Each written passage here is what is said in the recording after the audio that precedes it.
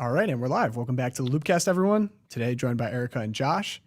And one thing that I think we bring to the table here, there's so much to talk about. It feels like a real cultural institution has just taken another big blow with Boy Scouts of America. I know many men have given formative years of their lives to the Boy Scouts. And I'm sure there's people in the chat, what's up to anyone who maybe is a Boy Scout, Eagle Scout, whatever. But we kind of get the big blow here. It felt like a long time coming. In an effort to be more inclusive, the Boy Scouts of America CEO Roger Stone announced that it will now be known as Scouting America. This is the first time BSA has changed its name in its 114-year history. But we have a lot of recent changes that kind of signaled the downfall of Boy Scouts. Yeah. And maybe we can get into that. Josh, I mean, you don't seem super surprised by this. Well, the name change is just the formality at this point. I mean, it's worth explaining to people about how this goes. I mean, in 1999, the Boy Scouts fought all the way to the Supreme Court and won. They said we should be able to determine, we're a private organization, we should be able to determine that we should only have, male scout leaders and that are not same-sex inclined or homosexual in nature.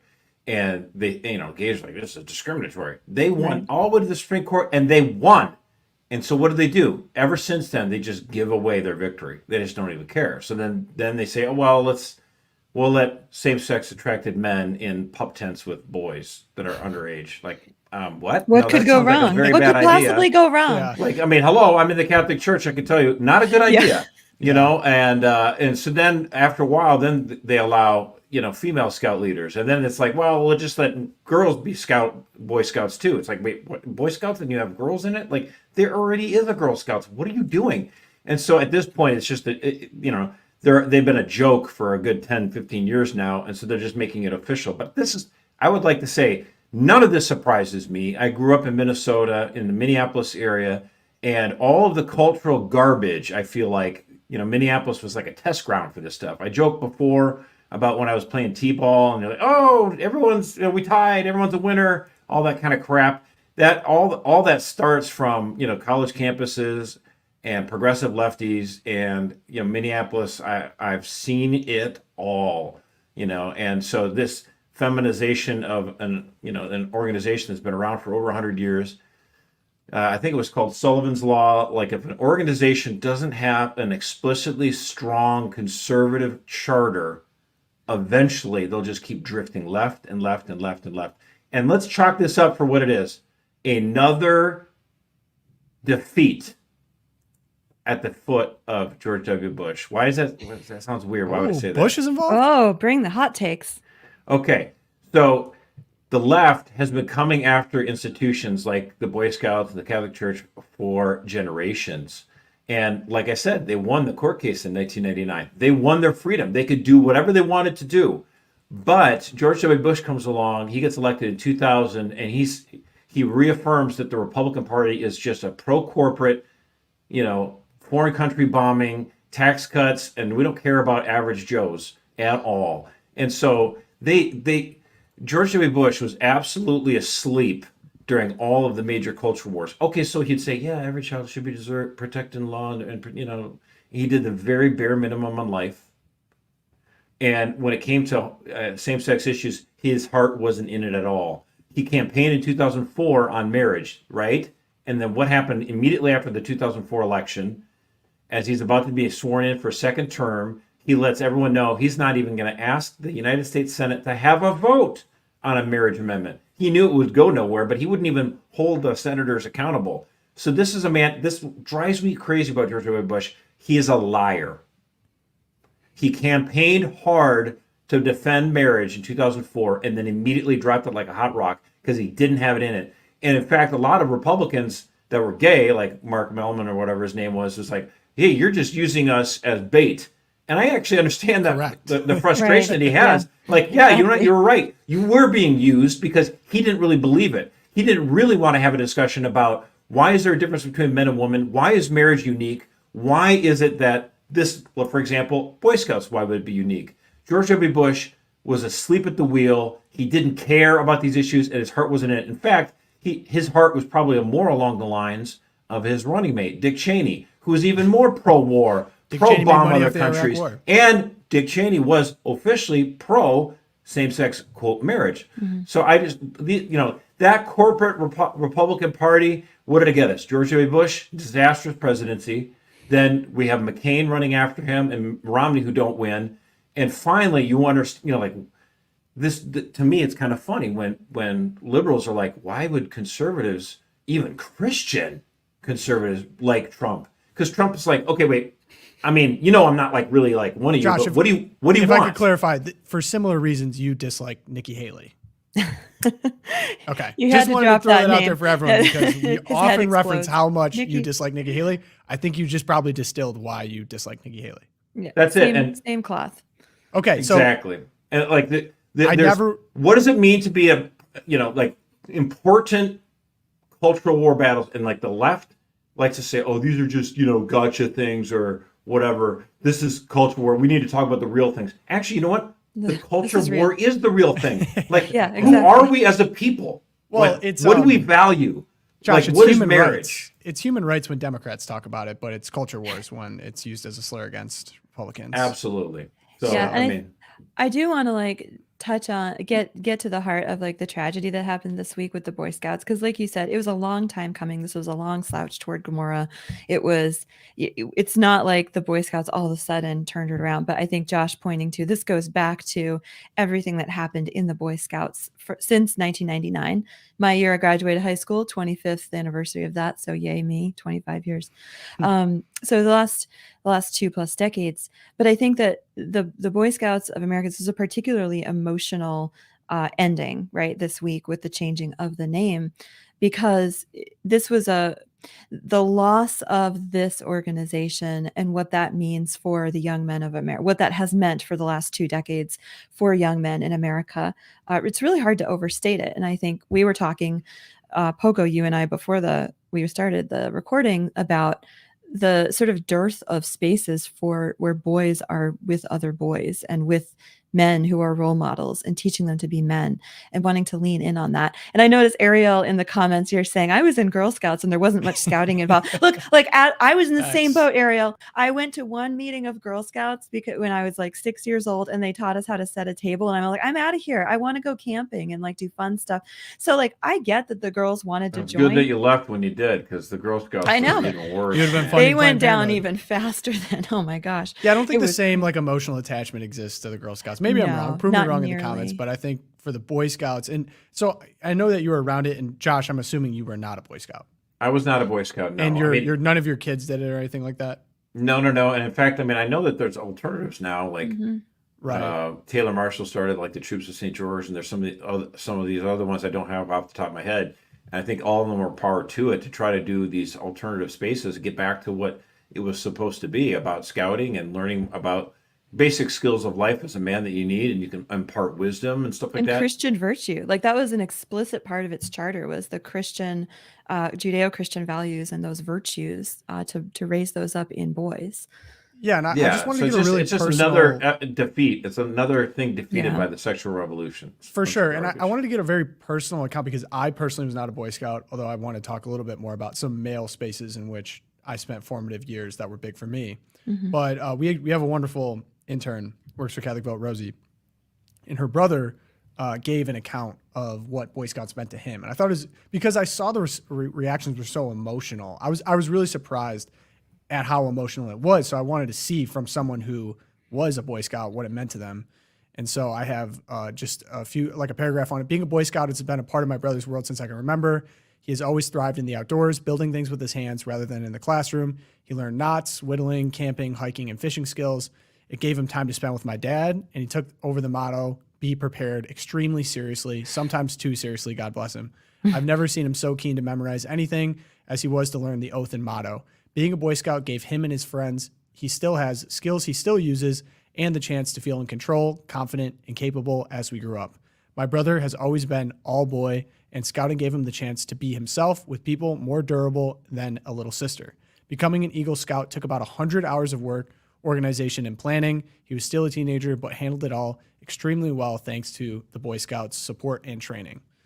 So I can share from a similar experience of what being in all male spaces taught me, But I think the writing on the wall kind of came when Boy Scouts, first off, allowed same sex. I mean, naive at best, pernicious at worst, like allowing same sex Oh, pernicious attracted for sure. Yeah. Yeah. It's all about the corporate money. troop leaders in there, and like a lot of, and so they've been hit with a lot of sexual abuse scandals. And to be fair, a lot of those came from the 60s and the 70s when they kind of extended the statute of limitations, which is disgusting. I mean, as Catholics, we've dealt with this. It's not fun. It's completely evil. All the people associated have to meet their maker one day, and I'm not looking forward to that meeting. But basically what I'm saying is this kind of intrusion when they started letting girls in, and they had the trans issue, and now all of a sudden girls are in there, the mix up between spaces, boys and girls, like it's one of many encroaches on male spaces, traditional men's spaces, Boy Scouts being a pillar of society, preparing young men to become men, to learn virtue,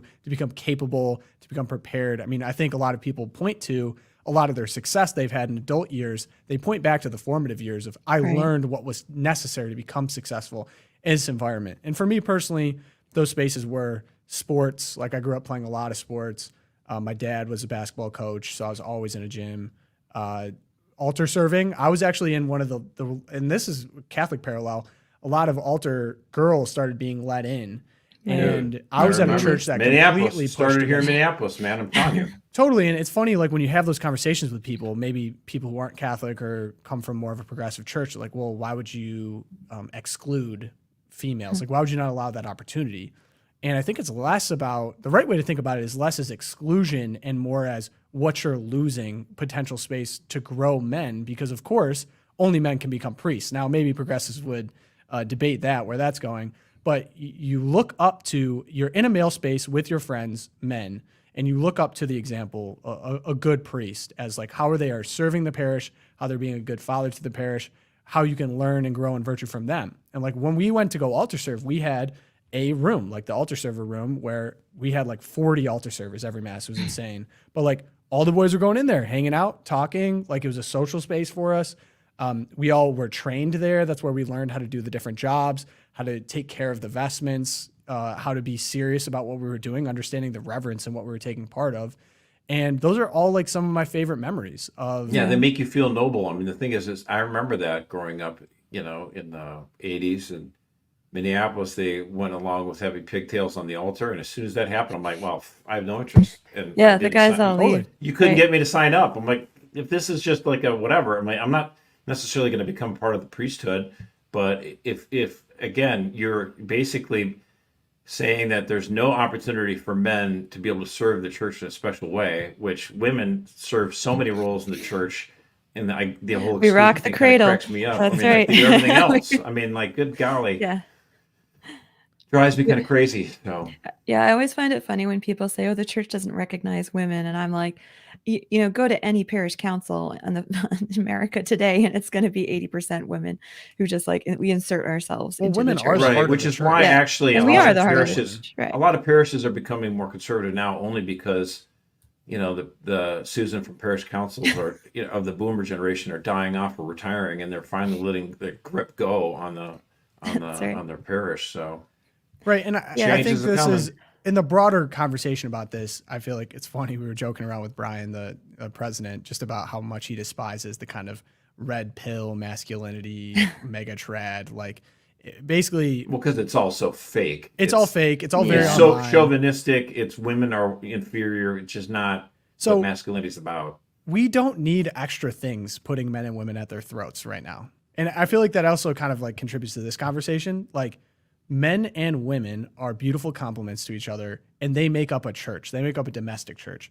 They each have amazing roles and contributions that they can add to make that church amazing. So the more we focus on like the fights or this and that, it's so counterproductive, right? And like in the same way that like these male spaces are important, still are important for me right now, it's just as important to have female spaces that are not tainted by a crossover of the sexes, allowing them to learn from other women, to grow in virtue, to develop themselves. I mean, especially as a child, I'm like just thinking about how embarrassing certain parts of growing up were. Yeah. My body's changing. I'd rather the testing girls boundaries. not be around. Yeah. Exactly. Like Yeah, in those same with the male girls. spaces, especially like sports, like that's where I was looking up just virtues that I thought that I have learned from this time. And like the virtue of temperance, voluntary self-restraint, especially as a man, like as a man, as a young man, all I did was test boundaries. Like I was just pushing to see as far as I can go, to say things that were as extreme as possible. And that's where I learned to like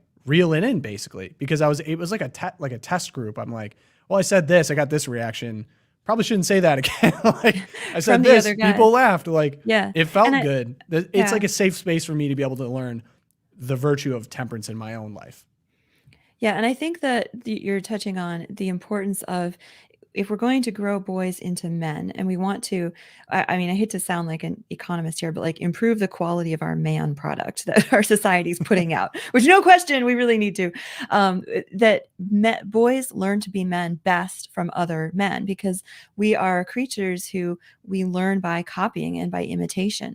And the great tragedy for me of the Boy Scouts and the loss of the boy altar servers in so much of the country in the 80s is that we now have boys growing up through, I think I looked it up, it's over 80% of public school teachers are women.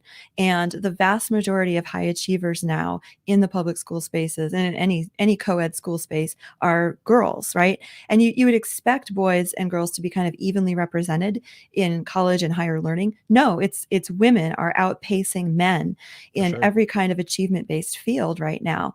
And I think that a lot of that is because when boys don't have a space where they're learning to develop their self-confidence, healthy concepts of masculinity by imitating other men without the input of all these female voices, you start to, the boys just, they don't want to compete in a world that has been catered to girls, to the feminine.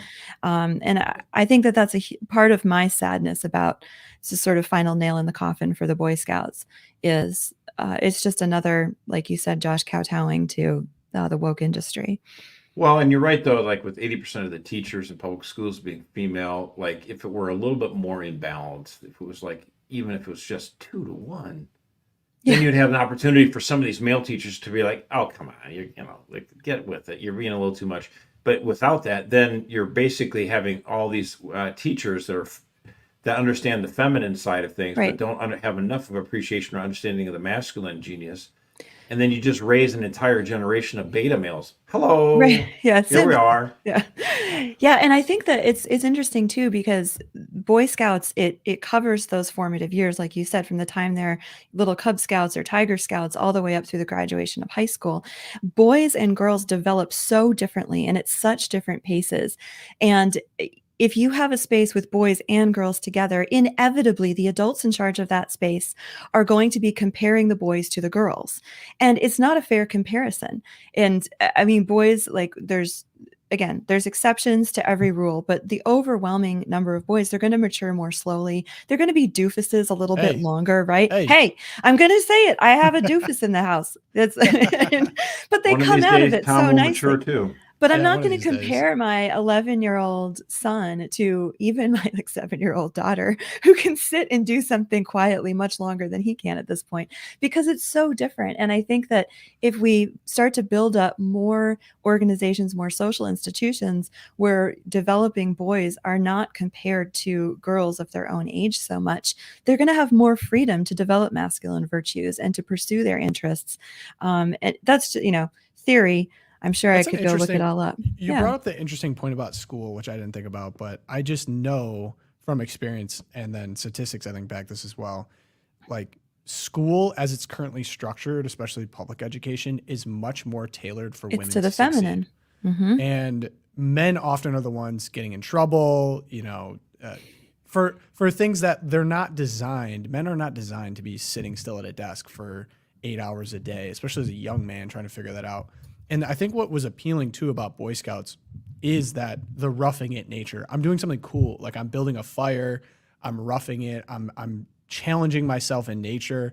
And like men just are constantly seeking that challenge, not just intellectually, which I think potentially comes later, but physically. You need that. Like the amount of times that as a kid, I'm a short king. I always was a short king. Like where I just got whacked going up for a layup or something like that in basketball.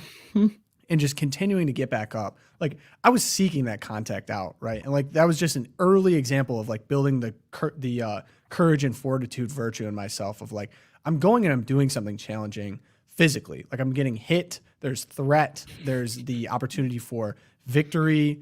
That was all very exciting to me, and like in a good way, because in a culture where I think we've lived in peace almost a little bit too long for men, if you look at the grand scheme of things, there's wars that need to be fought. Like there's enemies at the gate that need to be repelled. We haven't had real enemies, it feels like in a long time.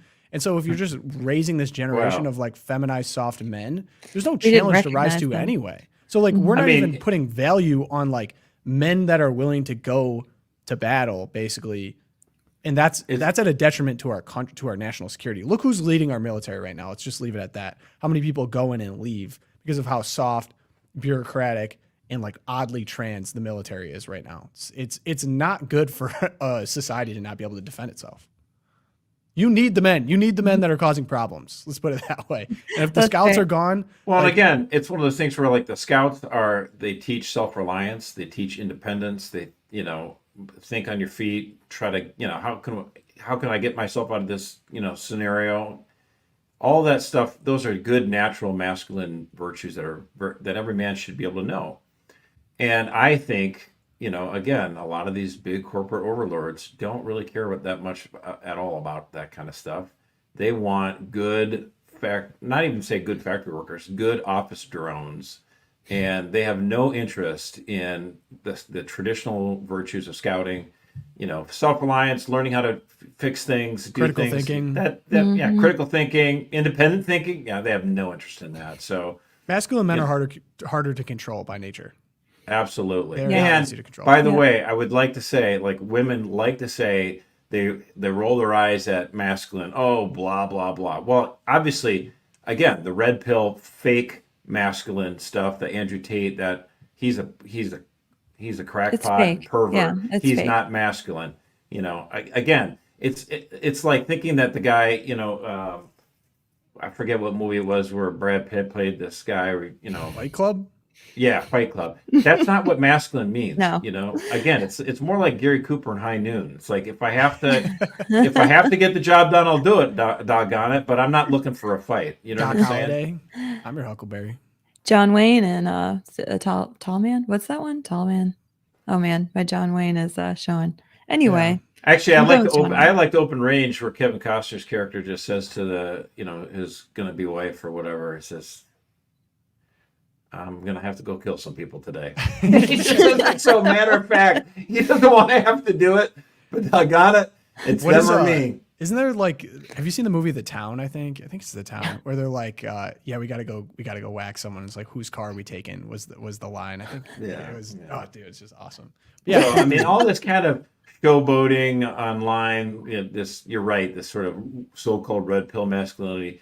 I mean, they're right only in the sense of the beta males, wimps who don't do anything, and navel gazing and addicted to all gambling or porn. Like that's not the answer. There's more to being a man than that.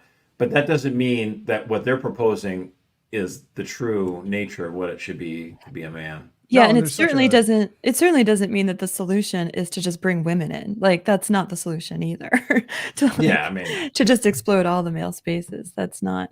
That's Another not element to going all of do this it. too, which is like I think just a little bit before my generation, but with no Boy Scouts or no physical in-person virtue building male spaces with actual physical leaders of the community, a lot of that's going to go online, right? So as much as we make fun of like the red pill stuff, the influence is probably growing if you were going to look at it on like a zero sum game, which is really concerning to me because there's so much stuff that like we can all look at and be like, that's not real. These are just like on people that are just too chronically online.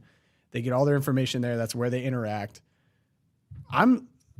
If we don't have those like physical virtue building spaces with real people, pillars of the community, building young men, like I don't like the fact that we're kind of giving that up now to the internet. And that's why I hate like all the online school stuff, online classes, all that. They're not as good as in Well, person. You don't get any of the same and benefits. it's not just that, but we got rid of workshop. Like where you could work on Right, things the in your hand in mechanical high arts. school. Mm-hmm. Yeah, all that kind of stuff. That speaks to so many men Look, I'm a moderate handyman around the house. I can do a few things. I built a bedroom or whatever. I can He fix owns a a hammer. toilet in a pinch. I'm no Bob Vila here, but I'm a writer, folks. However, I do think that taking away a lot of that, wood shop stuff or whatever, the mechanical arts out of the schools was really stupid. And I talked to somebody here in Michigan he used to teach that kind of stuff, and he would just laugh at it. He goes, California, man, they got rid of all that stuff like 15 years ago and sold it for pennies on the dollar, and people scooped it up. It was great, all these things. And then, like, within the last 2-3 years, they realized, we're not going to have anyone fix toilets. We're not going to have so they're buying it back, buying all this stuff brand new, at a premium. You're It's talking like, about the tools that came. yeah, all that Yeah. stuff. Okay. Yeah, exactly. Yeah, that's Genius, what I guys. love, these educational initiatives. They're like Harmel Academy, that I did the interview for St. Joseph the Worker, the College of St. Joseph the Worker, these trade schools popping up. And Harmel Academy, especially, it's all male, and they're for guys who don't fit into the traditional, 8 hours a day in the classroom, college, liberal arts degree track, but they want that male companionship. They want to learn a trade with their hands and be living the Christian life together at the same time. So shout out to that. And there's also initiatives for all boy outdoor schools. There's one up in Massachusetts, not far from me. Oh, really? My cousin's kids go to it, Sparhawk Academy, and those boys are outside like most of the day, rain or shine, snow or sleet, and they're reciting Charge of the Light Brigade, Paul Revere's Ride, while they're running through the fields and all that. And it's not for every boy. I get it Okay. again. I'm going to send my But really boy on a great. plane to Massachusetts. I think Yeah. there's a good. I had friends that grew up going to like a Don Bosco camp, I think. And, Yeah, same ideas. There's Yeah. one in Gaylord, I think, Gaylord, Michigan. Josh, I wonder, Dude, I don't know if come on. that's- I know exactly what you're talking about, man. Yeah. Is that Sancta Don Maria, Bosco? there's one- Well, I don't know if it's Don Bosco. We have Sancta Maria nearby. Gaylord. Yeah, no, he went there, Santa Maria. Yeah. And he said it was like the greatest thing ever. They went every year, and it was just boys. Come to meeting Northern boys. Michigan, Like, people. Yeah, no, it's cool. Like really formative years there as well. Like going every year and talked about how cool that was. But yeah, it's sad to see. It seems like another scalp, but I'm excited about what rises from the ashes of that. Exactly. Because I think there's a lot of opportunity to reinvigorate that as a lot of people kind of feel the losses of that. So, yeah, and really, I wanted to just quickly make sure you check the loop this week. We're gonna highlight some of the alternatives to Boy Scouts that have been coming up. So look for that article coming in the loop. yeah, for sure. I love we get more stories pouring in of Donna said I was in Brownies for one meeting. We made puppets out of wooden spoons, never went back. Girl Scouts sucked. Yeah, Girl Scouts. It's just Sorry. about pushing product, right? You Yeah, just gotta pushing- sell pushing it. Even that their weight. cookies aren't that good anymore. I used to think it was Hey, like hold they were up. the greatest. Hold up now. No, Pretty good, shrinkflation. but, Shrinkflation on the cookies. I I haven't like bought them it. in a Go while. for it, because Erica. The plant No bread sacred stuff. cows. No, Let's- see, Burn the you calling bridges. me a cow? What? Whoa! Whoa! Whoa. Never would do that. I just Never. love that. I love the reaction. Whoa. I had to say that. Whoa. Get there. Whoa. The guys are like, no. Chill Call out. me. Yeah. I didn't say that. Stop. This isn't. I had somebody though say this to me afterwards. He said, "Why didn't you correct Erica? She made a mistake." I said, "Listen, buddy, Did I've learned as a habit not to correct women." And guess what? The Don't do Loopcast that. is Roll not a with it. traditional. Please. The Loopcast is not an all male space. We welcome in our female counterparts, and there's a certain amount of tact that you have to interact with the opposite sex. And, no kid gloves. Come you on. know. Oh yeah, wouldn't If I'm I wouldn't wrong, call I it want to kid know. gloves. All right. Okay, All so right, we have I'll send we you have an email. an exciting opportunity here. So ask Brian Birch everything. If you've ever wanted to ask a question to the Catholic Vote president, now is your time. So CV Champions Club only. You can join today. Join that stream. What date is that at? I want to be specific.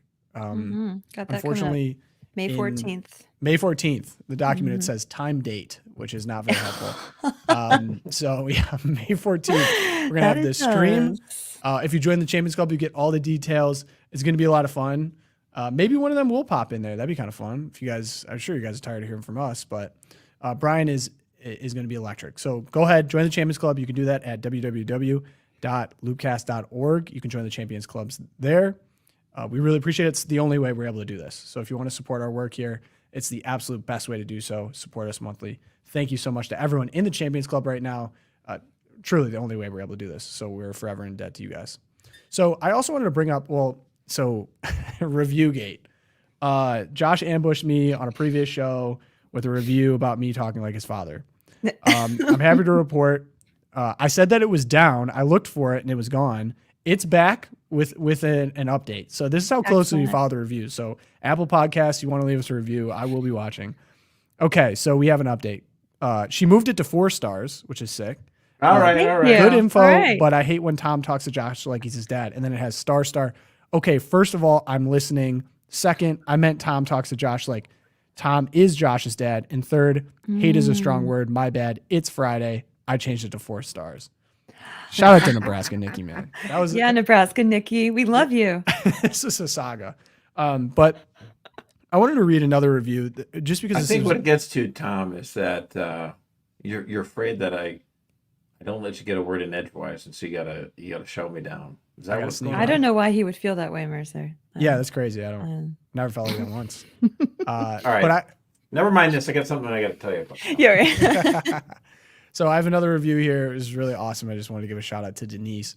So this one was sent to the email. I heard about the loop in Catholic Vote during a study on St. Faustina's diary at my church. Ours is a small group of 12 or so women meeting weekly to discuss Divine Mercy and St. Faustina. Our discussions are fluid and typically move into the current state of the world.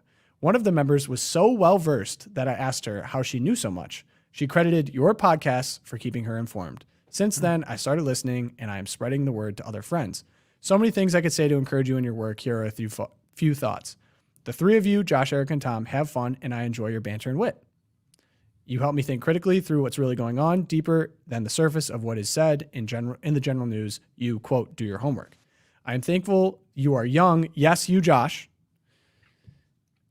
And have a depth of understanding I like this the review. generations, children to retirees. I am thankful that you are well catechized Catholics. I will be sending my financial support once I end this mailing. So join the Champions Club. Shout out to Denise. Thank you once again, and may your endeavors be fruitful. Shout out to Denise. That was like one of the nicest. Sometimes I just read some of this stuff and I'm like, these are like the nicest things I've ever read. It's just crazy how that's great. it Well, makes me feel. anytime they want to tell me about how young I am, I like that. Bring it on. Keep it coming. Yeah, it balances out some of the not so nice things that we get sometimes. But okay, so we move on now. So Apple. This is I'm using Apple I products. did right not now. see this about Apple. This is going to be a fresh reaction for Josh. So I'm going to have to do a little narrating because it's silent, but I think worth watching for everyone in the stream. So if we could pull that one up, Ben, the Apple commercial. So basically they came out with a new iPad and their flex is that it is the thinnest ever. So here's the commercial promoting that.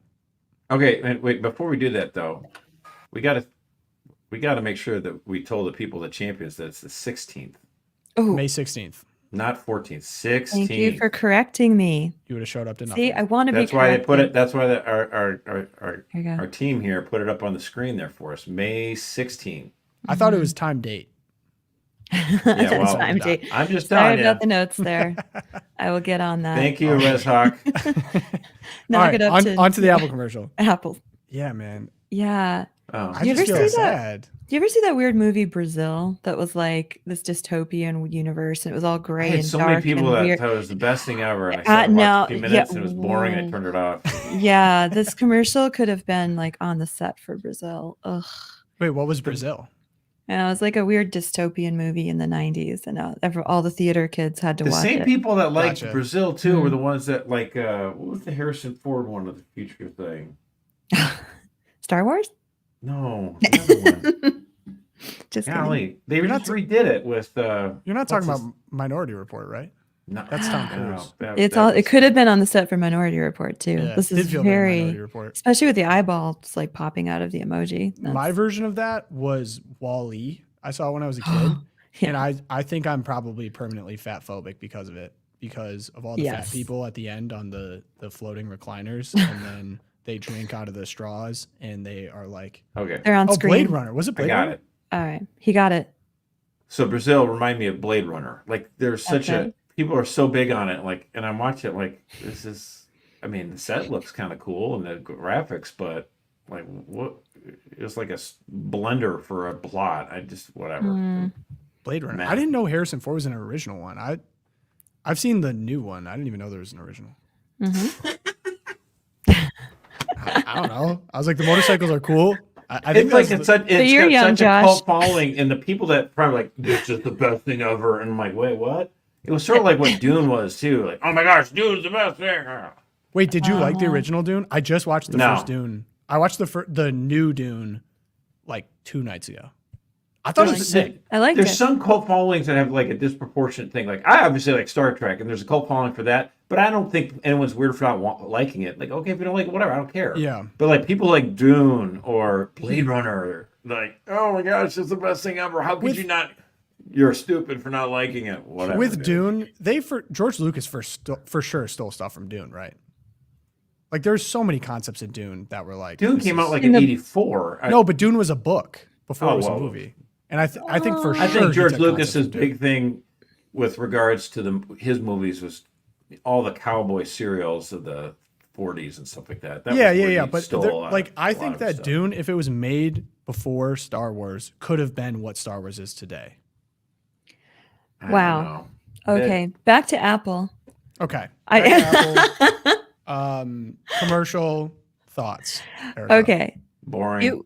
It was boring, but I just like creepy too. I mean, it's basically like all these good and beautiful things, like a piano, a guitar, things that draw people together, the old LP player, and they're just like smashing it. I don't know who in marketing thought this would be a great idea, but the whole vibe it gave off was like, we're going to destroy everything and addict you to this screen. All you'll I need guess is so, us. but to me, All it's you'll like need is so us. boring. It's not even remarkable. Like, Yeah. meh. You didn't feel a little bit sad by it? Crushing with like the human like faces, the emojis, they're like smush and the eyeball pops out. The worst one for me was the little wooden like artistic mannequin that looks like the shape of a man, and artists use it to pose human figures. And like it's doing a back bend as the compressor smushes it. I'm like, Oh man. this is a Video little team sick. on point right You know now. what it reminded It is me of? humanity crushing digital. Yeah, Right. exactly. It's an only. icon. It's an icon. It's symbols of the new religion, Josh. I would have thought you'd got really into this. It reminded me of the opening scene in Barbie. Did you guys see the opening scene in Barbie? Never did Where see there's the Barbie. little girls Why would I have playing seen with the that? dolls, and then they start smashing the dolls, and like it's this like baby killing. Josh and I were doing Really super depressing. masculine things like eating meat and smoking cigars while That's you were right. watching Barbie. It was a better use of your time, to be frank. Did you see the I think Meta just made this commercial, and I think Apple actually probably could have made a better commercial expressing the same idea. It was a gift given to World War II veterans that were pilots, and they were like kind of doing a reunion, and it was actually really sweet. Music was good, and they gave them these headsets, and it basically allowed them to get back into a plane and like fly with their fellow veterans. And music was good. I was like, this is actually pretty sick. Like not that I'm super VR or whatever, but I was like the sentiment that it's captured. That was a very cool thing that they did, which I think Yeah. was done to kind of be a viral moment to sell people on getting Apple TV and watching their show about the aviators, which, by the way, was phenomenal. It was good. Was that what was it called again? The Aviators. Was it? Because they had a lot of famous people in it. I do remember seeing that. See, now we got a kid. That's the problem with doing live. What was the name of it? Because I remember. Have you guys ever seen Flyboys? I I've have not. not. No. Oh, Flyboys was Is so it good. All Yeah. right. Masters Check of the it Air, out. though, was the one that Apple TV did. Masters of the Air. That was what Masters it of the Air. Okay. was. I'm That gonna is check both of definitely those worth out. watching. Flyboys came out in 2006. That was like See, here's my young little- James Franco. I haven't seen that one, but like my big thing is, if you're a conservative in Hollywood, and you want to try to talk about important virtues or issues or whatever from a conservative perspective, your real only opportunity is to do a period piece. A World War II piece. Oh. Exactly. Yeah. So you go back to World War II or something like that, and then you don't have to have a DEI picnic. It can be actual. Here's what happened at Dresden. Here's what happened at whatever Dunkirk. Yeah. So Yeah. that's why they do that. Did you hear about Hollywood's newest initiative? It's No. they're making it's in development right now to make a who definitely killed the people but got away with it. I'm blanking on the name. OJ. They're making an OJ piece where he is innocent. Oh, Ah, great. wonderful. And they asked Owen Wilson to Yawn. be in it, and he's like, "No, I'm not going to be in a movie where you're painting this guy to be Owen. innocent. We all know that he did it." So like, shout out Owen Wilson, ka-chow. But yeah, next on the agenda, this is going to be sliding before Twilight Zone. I have two things. One, yeah, NPR. I'm not going to talk about the NPR. CEO. I promise. Not going to talk about the CEO. But NPR showcased, and they featured a nun from Missouri. And who's it's not backing- the nun that was, we talked about in Catholic media, was it? No. No. Probably a nun who Another one. doesn't wear a habit very often. Nun who's backing an effort to add a pro-abortion initiative to her state's November ballot. This is Sister Barbara for taxpayer-funded networks, All Things Considered. So a few facts in the interview here. This is what she's saying. NPR is not using Sister Barbara's last name. She fears retribution from her local archdiocese for publicly expressing her beliefs on reproductive rights. Notice they didn't use the A word there. Oh my gosh. She doesn't agree with the church's position that abortion is a sin and should be illegal. Her support for abortion, I just don't see it in real absolute terms. The Bible does not say anything explicit about abortion. Oh I my want to put gosh. a sticker on the car that says, "Don't like abortion, don't have one." Ah. A recent survey found that 44% of Missouri voters support the proposed ballot measure, while 37% oppose and 19% were undecided. And then we got a great quote from Tim Graham here. Leftists love to believe that churches should be run like clubs. The majority rules. So they'll make a big deal out of polls like Pew Research Center finding 6 out of 10 Catholics disagree with the church's opposition to abortion. They do not ask self-identified Catholics whether they actually go to church on Sundays or if they stopped the minute they became an adult. You would get a much more conservative result. Yeah, You that's know, a great point. What are I we mean, doing it's here? like, I love this argument, though. Of course, I sarcastically say, "Oh, well, there's nothing in the Bible says against abortion." It's like, Pretty clear on murder. kindergarten yeah, logic. it's pretty obvious that murder's not allowed. But like, let's just well, what about lobotomies? Like, there's nothing in the Bible that says, why can't we perform lobotomies on 7-year-olds? Like, what? I think Is that Sister okay? Barbara would be okay with that. As long as it Didn't was say anything. gender affirming, yeah, I would suppose Gender so. affirming lobotomies. Yes. I mean, and the logic of like, don't like abortion, don't have one. This is where, right, Bill Maher was totally spot on. And Bill Maher's like, look, these people, the pro-lifers don't hate women. Pro-lifers aren't trying to like control your life. They believe abortion is murder. And if you believe abortion is murder, like, you don't want other people to murder other people, right? But she's just like, don't like an abortion, don't have one yourself. Well, yeah, but I believe that it's What a killing an genius bumper innocent sticker child. that is, too. Yeah, it's from like Genius. 1974, the year after Roe v. Wade. They came up with that one. It's just unbelievable. What feels wrong about this too is, okay, so she's not using her last name. Oh man, the anonymous sources. Is there a well, first off, I guess it could be fake, which I guess I wouldn't put it Could past. be. But I I'm doubt gonna it. say it's Have to probably a look real very far. person. Yeah. Where is the opposite? Like, I feel like even if someone said, "Yeah, I think abortion is murder and that's the church teaching," like if they said that publicly, they might actually get punished. And Yeah. so to feel comfortable enough to come out and so publicly oppose church teaching that you've made a vow to uphold and protect, with Well, and a and I don't church think that there's real fear of supports you. retribution, right? Like Right. there's going to be no punishment for this. I feel like, again, as we debate this about abortion, it gets to this question of, we've kind of postponed for the last few decades this discussion about sexual ethics and what is moral and immoral with regards to what we do with our human bodies sexually. Like, I saw someone post a thing online. It was like a protester with a sign, and I don't even know if this was a real sign, but it represented what they felt like is, I don't care what you do in the bedroom, just stop saying this stuff to my children. And that sentiment, I grant, is something that a lot of independents like. Oh, I don't care what you do in your bedroom, just don't kind of scream at our children about all the kind of kinky stuff you do. But the That's got problem us to a is, great place as a society. it doesn't work. Yeah. It doesn't Not at all. work. It Literally. doesn't Never work. work. It never works. Mhm. Because the fact is that like gays have everything that they would want from a legal standpoint, right? They have marriage now, so-called gay marriage, right? They have every corporation in the world in favor of them, right? Just look what's going to happen in June. It's going to be a complete rainbow logo picnic, right? I don't want to. They've got all of Hollywood, they've got all of academia, and so they've completely conquered the country in every way. And yet it's still not enough for them. Why? Because they're like, wait, there are still people who think what we're doing is immoral. And well, yeah, that's me. I think what you're doing is immoral. Yes, I do. I think it's disgusting. I think it's immoral. So yeah, so what? Let's have that discussion.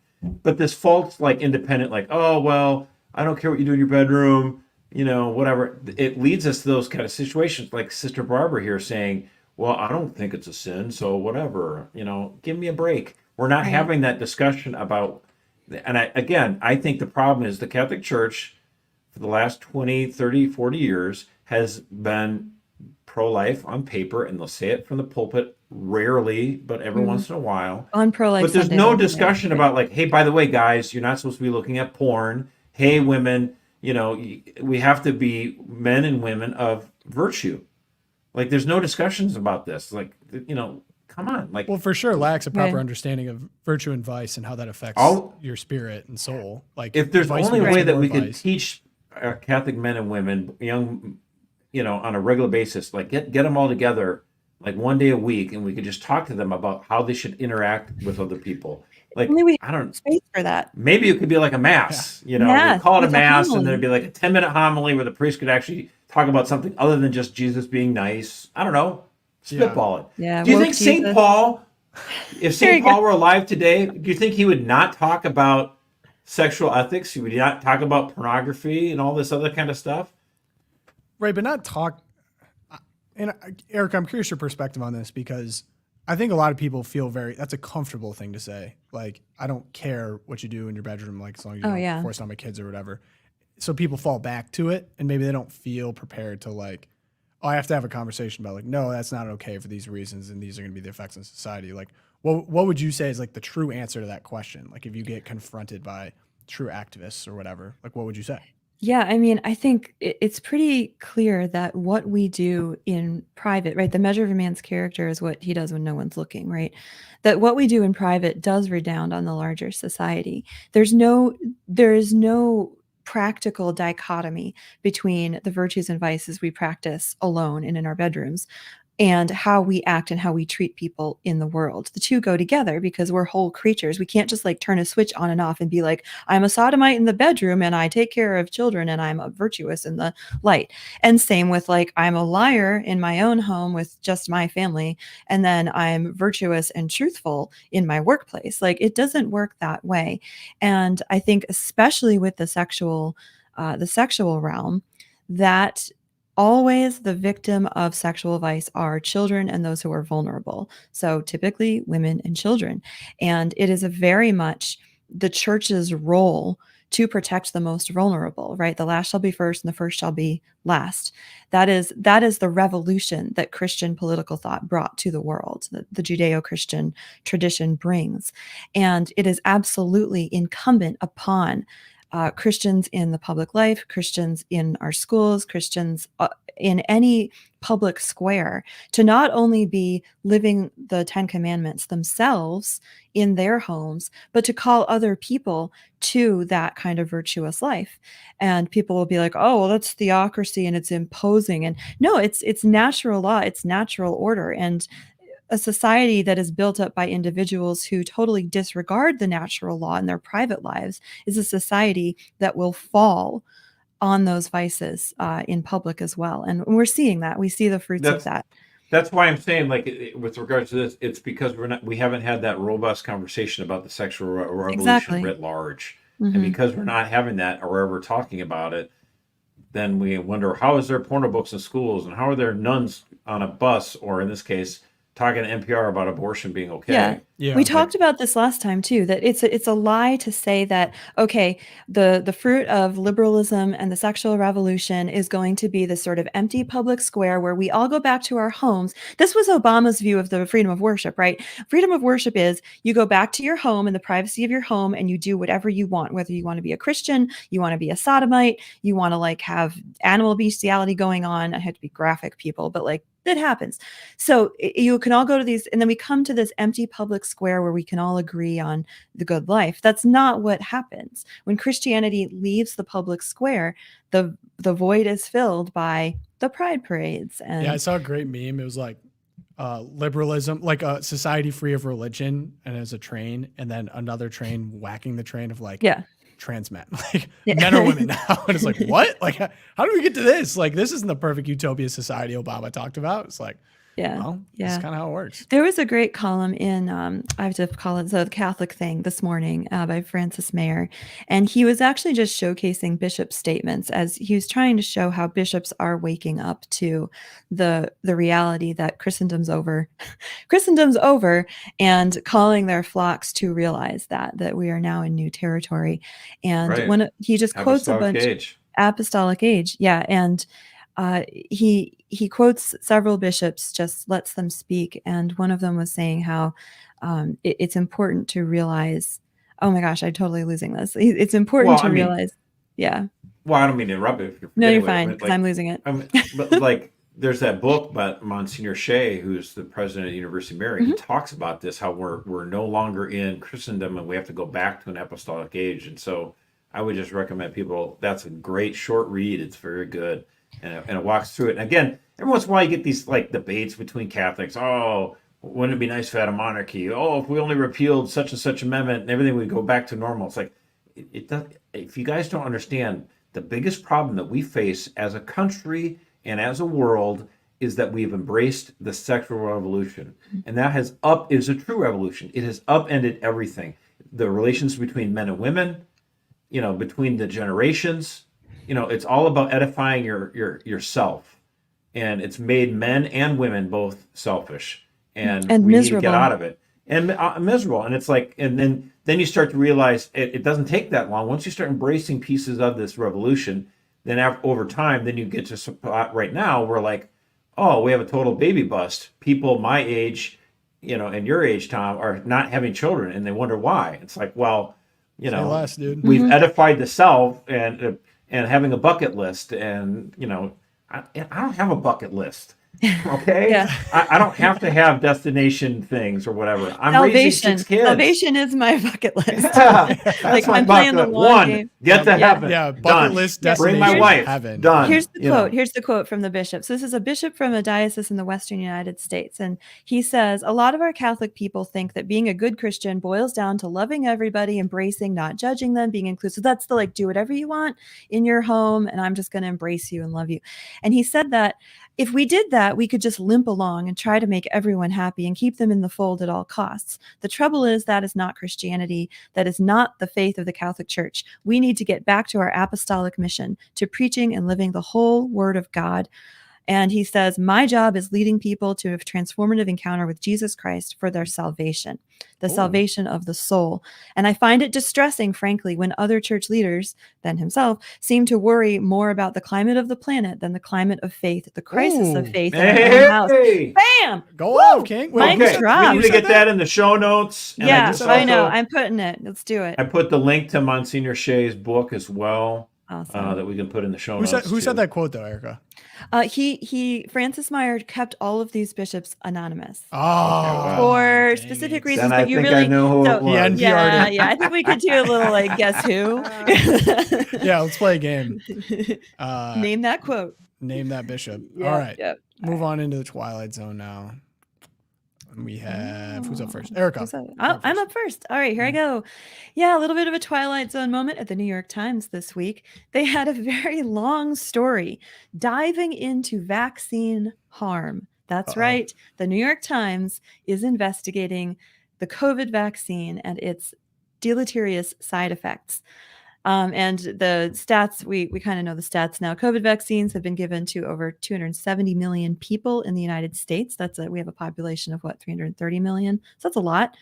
As of April this year, just over 13,000 vaccine injury compensation claims have been filed to little or no avail. 19% have been reviewed. Thanks, Reagan.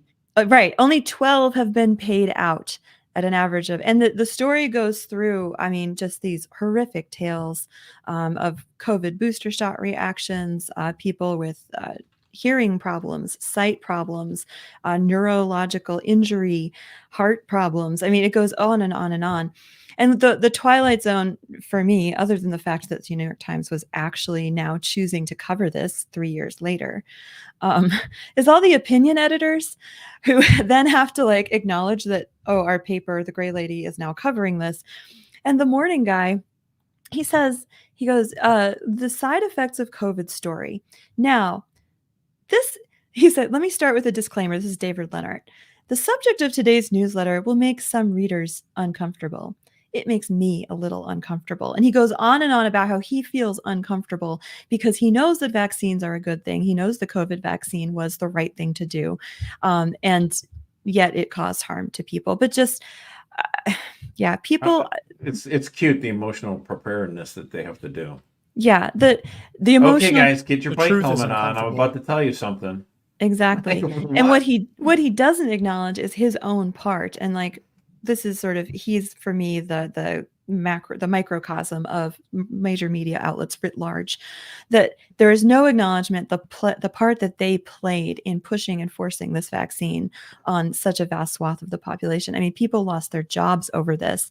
Thousands of people lost jobs. The Biden administration wanted to force everyone in America to take this vaccine. or you lose your job. That was his That was his policy. Yeah, it was like it was defeated over something at best did nothing, at worst killed people. Yeah, I think it would be hard to argue that it did nothing. It did but nothing. He's going to argue it. I'll argue it. It did nothing. If anything, bring the stats. At worst injured people. At best did nothing. Natural immunity was a better. Natural immunity. Just because natural immunity is better doesn't mean that it couldn't have aided. You know what could have? Ivermectin, that got banned in the country. So no, I don't want to have this conversation about effectiveness because it's ridiculous. And the fact that now we get a shy apology 2024, 4 years when there's actually no threat of saying this opinion from the New York Times speaks more to cowardice.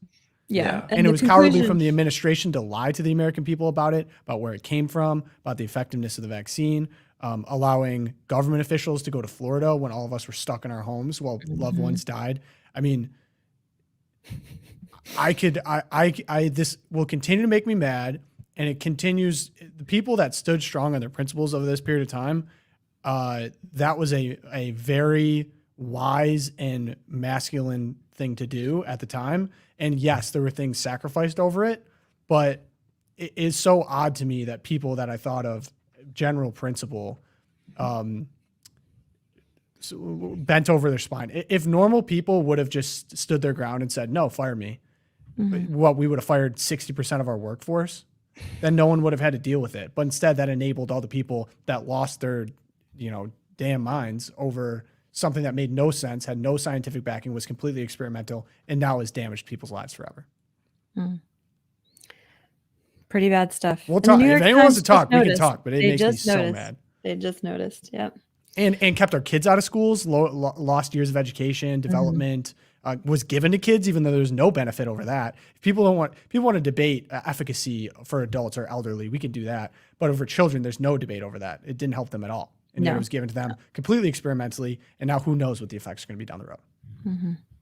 And now you can't sue either because of the Child Vaccine Safety Act. But look, I could have a whole conversation. Just the whole thing. I think I touched a nerve. Yeah, no, we all feel that way. I did appreciate that in response to this New York Times, there was a whole host of memes all over X of taking Chinese, the Red Purge and the communist, like the struggle sessions, and overlaying them with terminology. That one is not vaccinated. And they've got like the Chinese guy carrying away the ugly old man.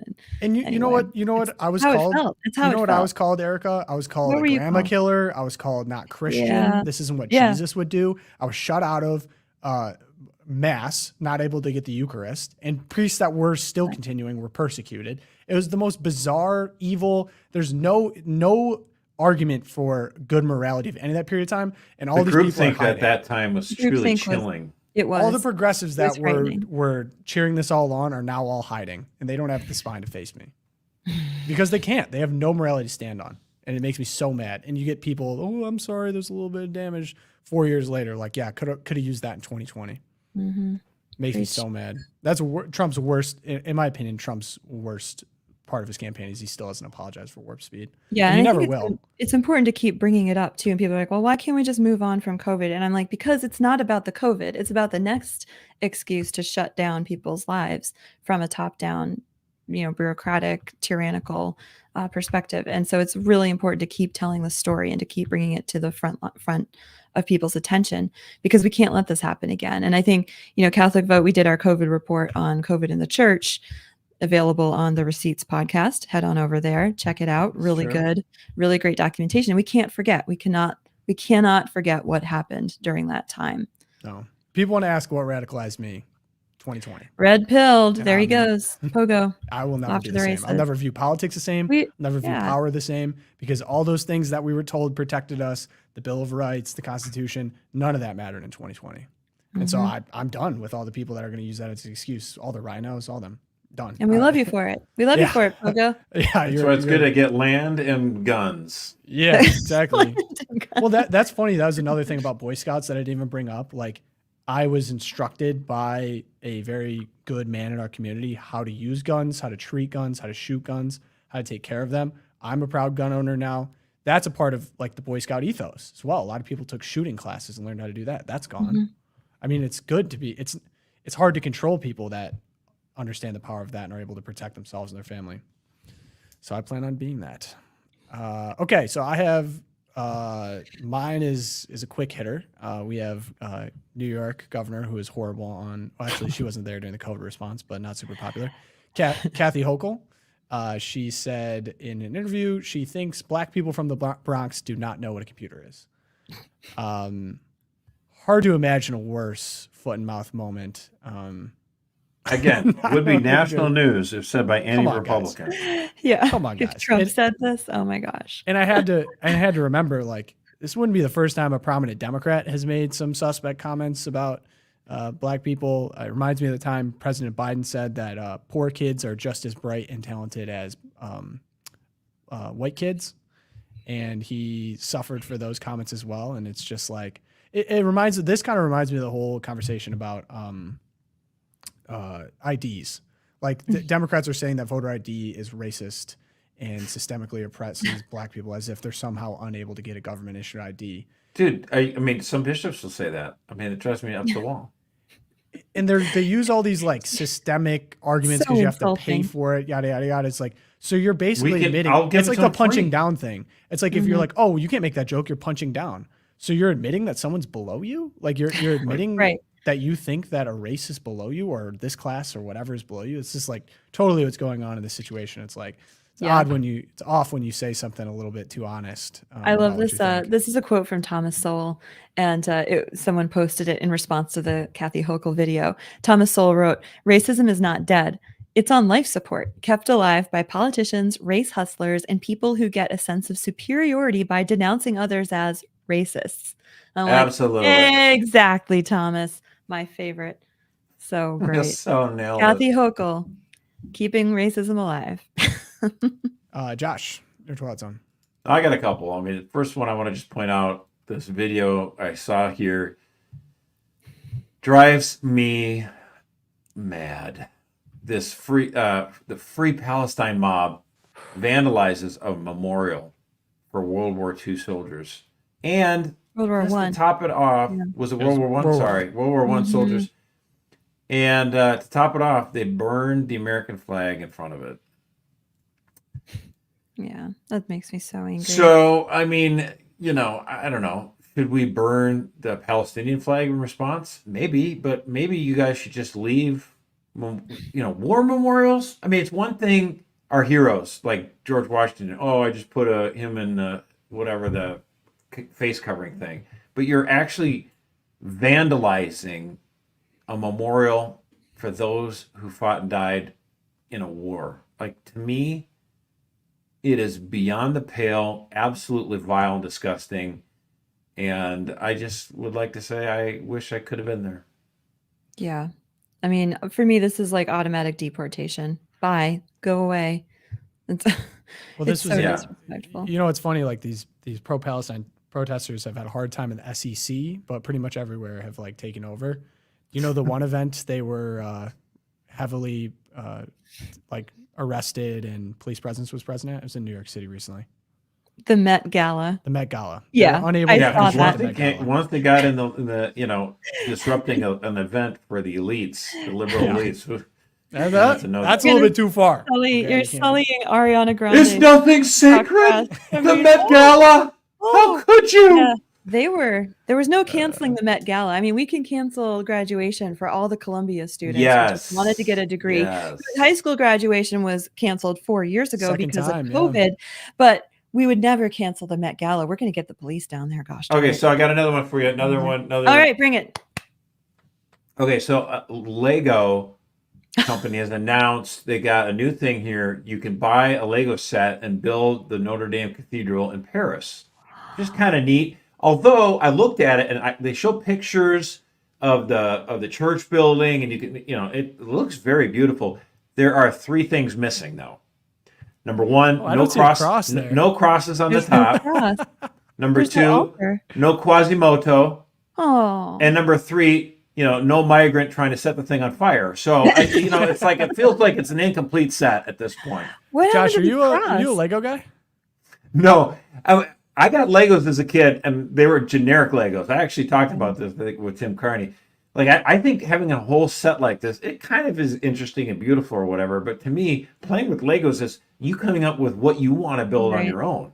Like this idea of like, here's a box of 680 parts, put this together. Like, what is it, a puzzle? Like, that doesn't make any sense to me. To me, playing with Legos is coming up with your own, creation, coming up with your own ideas, your own creative thought, and putting it to it. And The dirty secret of Legos too, sets like this, is you build it one time and then you take it down and it gets thrown in a giant bucket of all Yep. the other Legos. That's and then what it my just kids ends up have. being that anyway. you know? No, not my kids. One of my boys, he does buy these Lego sets, and he has them all around, and he at like a shrine. So all the different Oh. Star Wars Lego things, he keeps it. So That's That's very kinda cool. self-controlled of him. Yeah, I'm impressed with learn that. some temperance there. Yeah, seriously. well. Of course, What he's else got is temperance and missing? self-control. His name is Josh Mercer.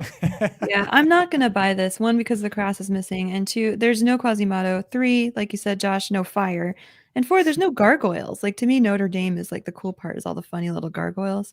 There's none of those. They're really expensive too. I boring. don't know if we got a This price is like tag on that, but it's got to be. Protestant 100 megachurch plus. version of Notre Dame. Very disappointing. So I wonder if they'll have a fire sale on this. Oh Too soon. boy, too soon. Oh, I got it. Too I got it. soon. All right. I think that about does it. Thank you so much to everyone listening to the program, everyone tuning in live. We appreciate you guys in the chat. If you want to help out the program, subscribe on YouTube. You can like this episode. That does a lot for us. Share us around.